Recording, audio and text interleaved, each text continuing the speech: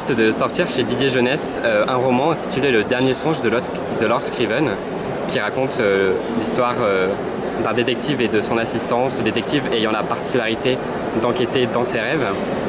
Comment t'es venu ce personnage? Comment t'es venu l'idée d'un détective qui enquête dans les rêves? Est-ce que tu avais envie d'explorer le monde des rêves? Alors, d'explorer le monde des rêves, oui.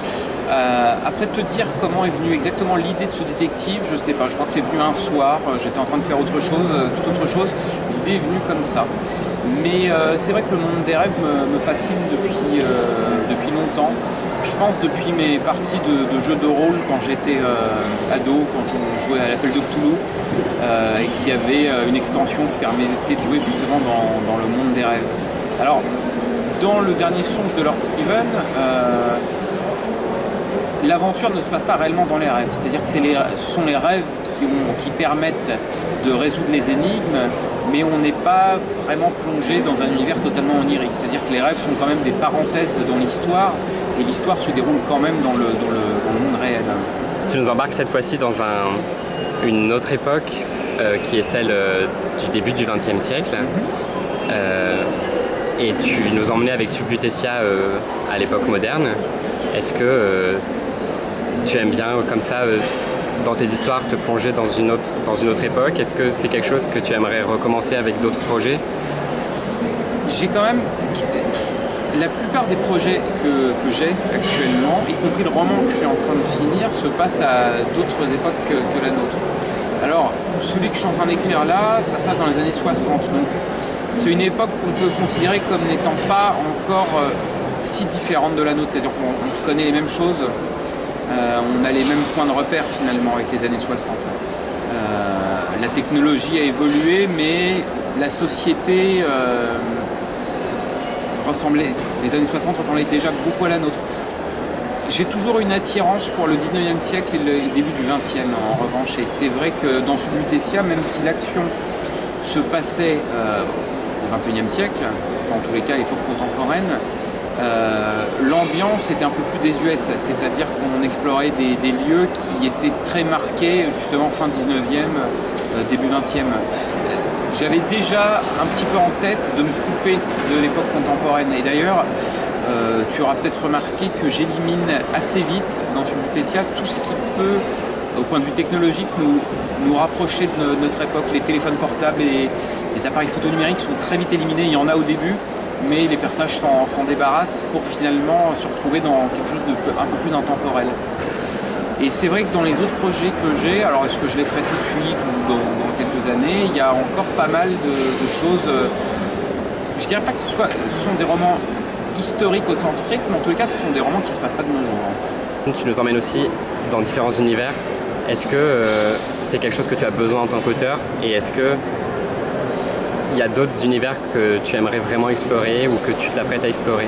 Écoute, oui, sujet des thèmes. C'est vrai que bon, moi ce que j'aime c'est l'aventure, et cette aventure elle peut avoir lieu que ce soit dans l'Antiquité, au XXe siècle, ou pourquoi pas dans le futur. Je suis amateur de romans populaires au sens large, et les thèmes du roman populaire, dans ce que ça a de plus noble, sont très variés. Et oui, je pense que j'ai besoin de changer un peu d'horizon à chaque nouveau roman. Et ça me titille un peu d'écrire de la fantaisie, peut-être une fois, mais je ne le ferai que si j'ai l'impression de pouvoir apporter quelque chose de neuf. Et pour le moment, je dois dire que c'est pas le cas. J'avais un projet de roman que je ferai peut-être juste après celui que je suis en train d'écrire, qui sera à la fois un roman historique autour de 14-18 et un roman de fantasy. Ce seraient les deux en un. Je ne sais pas si je le ferai tout de suite ou si je le ferai tout court. La fantasy, ça me titille un peu, et la science-fiction également. J'aimerais beaucoup en écrire, mais là c'est pareil. Pour le moment, je crois que j'ai pas trouvé l'idée qui pourrait me motiver pour aller jusqu'au bout d'un roman. Ça viendra peut-être, mais je me sens pas encore prêt. Les prochains projets, est-ce que tu peux nous en parler rapidement ou... Alors le prochain projet, enfin le roman que je suis en train de finir, ça s'appelle Star Trip. Donc ce n'est pas un roman de science-fiction, mais ça tourne autour des amateurs de science-fiction. Ça se passe dans les années 60. Et c'est une espèce de, on va dire, choisir un roadbook, une espèce d'équipée un petit peu folle autour de l'univers de Star Trek en réalité. Merci beaucoup. Merci. Merci à Eric Senabre d'avoir répondu à mes questions, merci à vous d'avoir regardé l'interview jusqu'au bout. Et voilà, je vous invite maintenant à participer au concours qui conclut la vidéo pour gagner le roman Le Dernier Songe de Lord Scriven dédicacé par Eric Senabre. Pour participer au concours, c'est très simple, il suffit de m'envoyer un mail à l'adresse que je mets en barre d'infos, c'est-à-dire contact@lecahier-de-lecture-de-Nathan.fr avec la réponse à la question que je mets également en barre d'infos. En plus de la réponse à cette question, il faut que vous partagiez cette vidéo sur un réseau social, que ce soit Facebook, Twitter, Instagram ou quoi que ce soit d'autre. Vous me mettez le lien direct vers la publication dans le mail. Le concours dure 2 semaines à partir de ce jour. Il n'est malheureusement ouvert qu'à la France métropolitaine parce que c'est moi qui me chargerai des envois, je ne peux donc pas l'envoyer partout. Dans tous les cas, je mets toutes les conditions du concours en barre d'infos et on se dit à demain pour une nouvelle vidéo. Salut tout le monde!